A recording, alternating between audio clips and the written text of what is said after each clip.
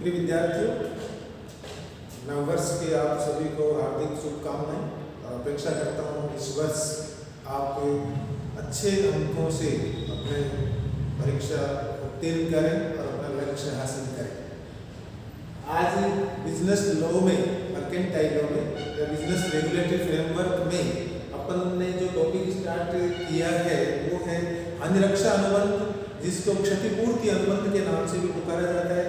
Contracts of indemnity, अर्थात इसमें किसी एक पक्षकार द्वारा दूसरे पक्षकार को इस बात का वचन दिया जाता है कि यदि मेरे द्वारा या मेरे कहने से किसी दूसरे के द्वारा कोई हानि आपको भविष्य में होगी तो उसकी पूर्ति मैं करूंगा, उस क्षति की पूर्ति मैं करूंगा, इसके लिए वह वचन देता है। इसलिए इसको हानि की रक्षा करने वाला अनुबंध या क्षति की पूर्ति करने वाला अनुबंध भी कहा जाता है।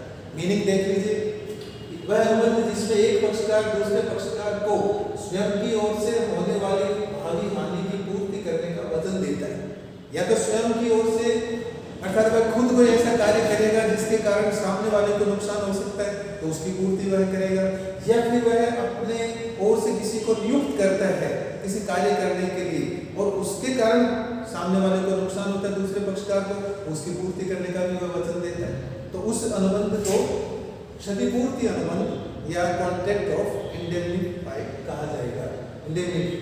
अब आप इसमें दो पक्षकार होंगे और सबसे पहले आप ये देख लीजिए कि जिस पक्षकार के द्वारा इस तरह का वचन दिया जाता है कि मैं आपके हितों की सुरक्षा करूंगा, मैं आपकी हानि की रक्षा करूंगा, मैं आपकी क्षति की पूर्ति करूंगा, उसको हानि रक्षक के नाम से पुकारा जाता है। और जिसके द्वारा ऐसा वचन लिया जाता है, जिसके हितों की सुरक्षा, हानि की रक्षा की जाती है, जिसको क्षति की पूर्ति मिलती है, उसको हानि रक्षाधारी के नाम से पुकारा जाता है। एक एग्जाम्पल आपके सामने मैं प्रस्तुत कर रहा हूँ। सपोज ए और बी दोनों पड़ोसी हैं, निकटतम पड़ोसी होने के नाते इनकी जॉइंट दीवार है मकान की, दोनों पड़ोसी हैं, जॉइंट दीवार है।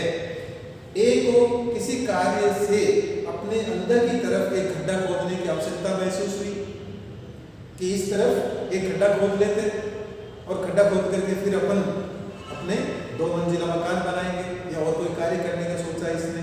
जैसे इसने गड्ढा खोदना शुरू किया, बी को पता चला, बी ए के पास पहुंचता है कि आप ये जो गड्ढा खोद रहे हैं इससे मेरे मकानों में भी क्रैक्स आ सकती है, तरेड़ आ सकती है या मेरे मकान को नुकसान पहुंच सकता है। अब क्या हुआ, बी ने ऑब्जेक्शन किया, ए की बात समझ में आ गई कि वास्तव में गड्ढा खोदने से इसको नुकसान हो सकता है और यदि उसके ऑब्जेक्शन के कारण ए गड्ढा खोदना बंद कर देगा तो ए का उद्देश्य पूरा नहीं होगा, ए का कार्य पूरा नहीं होगा। तो फिर ए क्या करता है, बी को आश्वस्त करता है कि यदि मेरे इस गड्ढे खोदने के कारण आपके मकानों में क्रैक्स आती है, दरार पड़ती है या किसी भी तरह का नुकसान होता है तो उसकी भरपाई मैं करूंगा। बी ने इसकी बात आश्वासन पर विश्वास कर लिया। अब रही बात ये कि अमाउंट तय हो जाती है कि जैसे बी ने कहा कि मेरे को 5 लाख रुपए तक का नुकसान हो सकता है तो ए एक्सेप्ट कर लेगा, या ए कहेगा कि मैं आपको 2 लाख रुपए तक नुकसान की भरपाई कर दूंगा और बी मान जाता है चलो 2 लाख रुपए तक जो नुकसान होगा उसकी भरपाई आप कर देना। तो अब यहाँ पर कहा जाएगा ए और बी दोनों में हानि रक्षा अनुबंध हो गया। ए को जो हानि की रक्षा करने का वचन दे रहा है उसको हानि रक्षक इंडेमनिफायर कहा जाएगा, बी को हानि रक्षाधारी इंडेमनिटी होल्डर कहा जाएगा, अर्थात इसके हितों की सुरक्षा की जाती है इसलिए इंडेमनिटी होल्डर और ये इंडेमनिफायर। अब सपोज ए ने गड्ढा खोदना शुरू किया, बी को किसी भी तरह का कोई नुकसान नहीं हुआ तो इस 2 लाख रुपए का जो अनुबंध हुआ था उसके लिए ए को रिस्पॉन्सिबल नहीं ठहराया जाएगा। यहाँ पर नियम ये कहता है कि भले ही अनुबंध कितने भी अमाउंट का हुआ हो, बी को जो वास्तविक हानि होगी उस वास्तविक हानि के लिए ही ए को रिस्पॉन्सिबल ठहराया जाएगा। 1 लाख रुपए का नुकसान हुआ तो ए को 1 लाख रुपए का ही रिस्पॉन्सिबल ठहराया जाएगा। मैक्सिमम 2 लाख रुपए, 5 लाख रुपए का नुकसान हुआ है तो ए को 5 लाख रुपए के लिए उत्तरदायी नहीं ठहराया जाएगा, बल्कि 2 लाख रुपए का अनुबंध हुआ उसके अंदर अंदर जितनी भी वास्तविक हानि हुई है या 2 लाख रुपए की हानि हुई है उसके लिए ही बी दावा कर सकता है और ए को रिस्पॉन्सिबल ठहराया जा सकता है। अब इस अनुबंध के मुख्य लक्षण क्या होते हैं, इसकी विशिष्टताएं, इसके कैरेक्टरिस्टिक्स क्या होते हैं।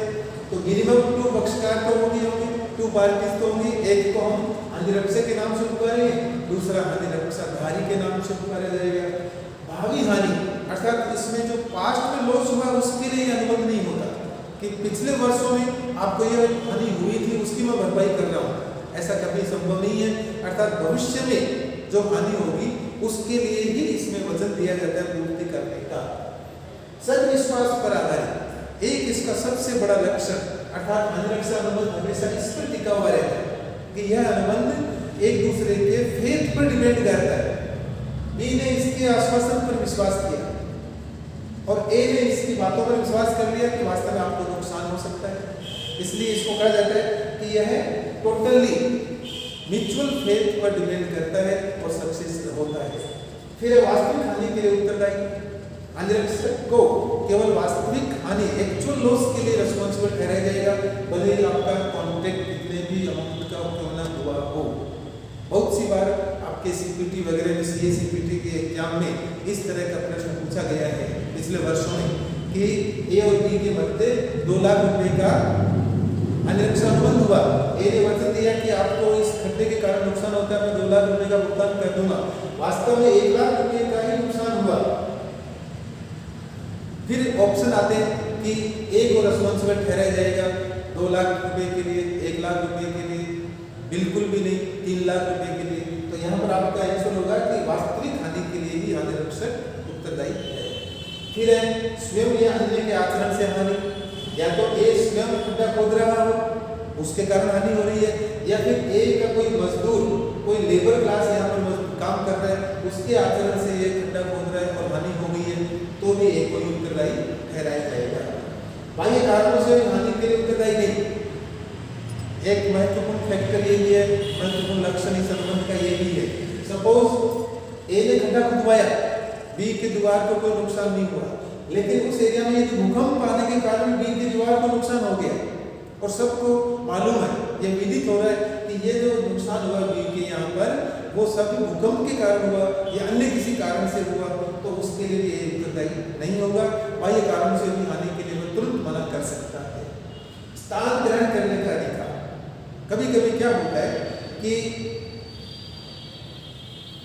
ए ने एक बार तो इसकी क्षतिपूर्ति कर दी, लेकिन बाद में पता चलता है कि यह गलती अपनी नहीं थी और फिर वास्तविक दोषी व्यक्ति को खोजा जाता है और फिर उसको उसके लिए रिस्पॉन्सिबल ठहराया जाएगा जितना पेमेंट ए ने कर दिया, अर्थात उसका स्थान ए ले लेगा। ये इसके मुख्य लक्षण है। इस चैप्टर में आपके प्रश्न पूछे जाते हैं कि हानिरक्षक के अधिकार दायित्व क्या है और हानिरक्षाधारी के अधिकार दायित्व क्या है।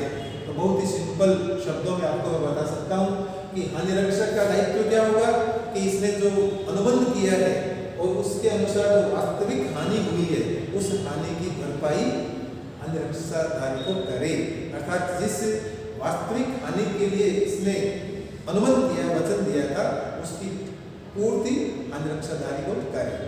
फिर कभी कभी क्या होता है कि इस हानिरक्षाधारी के द्वारा कुछ खर्चे किए जाते हैं, जैसे सपोज इसने अपने सपोर्ट के लिए कुछ लगाया कि मेरी दीवार को नुकसान नहीं पहुंचाई और यहाँ पर इसने 50,000 रुपये खर्च कर दिए, तो यदि इसने नुकसान को न्यून करने के लिए कोई खर्चा किया अपनी तरफ से तो उसका भुगतान भी हानिरक्षक को करना चाहिए। यह भी इसका दायित्व बनता है। और एक आपको मैं यहाँ पर मंत्र बताता हूँ, हानिरक्षक के अधिकार इसके दायित्व होते हैं, हानिरक्षक के दायित्व इसके अधिकार माने जाते हैं। सिंपल सा तरीका है, आपको दोनों के याद करने की आवश्यकता नहीं है, एक पक्षकार के अधिकार और दायित्व याद कर लीजिए, विपरीत उनको आपको समायोजित करना है, आपकी लैंग्वेज बदल जाएगी। फिर से सुन लीजिए, हानिरक्षक के अधिकार इसके दायित्व, हानिरक्षक के दायित्व इसके अधिकार माने जाते हैं। थोड़ा सा लैंग्वेज का हेरफेर होता है। परीक्षा में ज्यादातर यही चीज आपसे पूछी जाती है।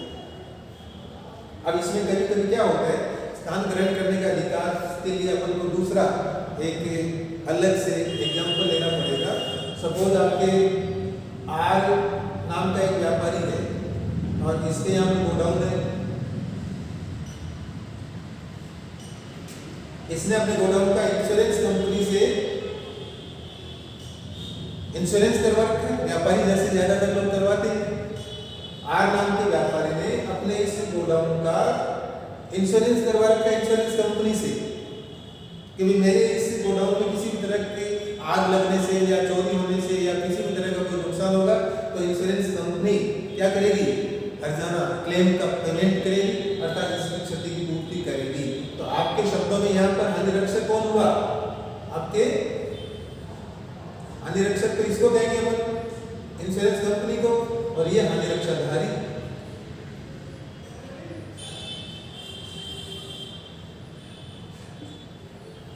अब क्या होता है, इंश्योरेंस कंपनी ने उसको वचन दिया नुकसान होगा हम आपकी भरपाई करेंगे, उसके बदले में प्रीमियम चुका करें।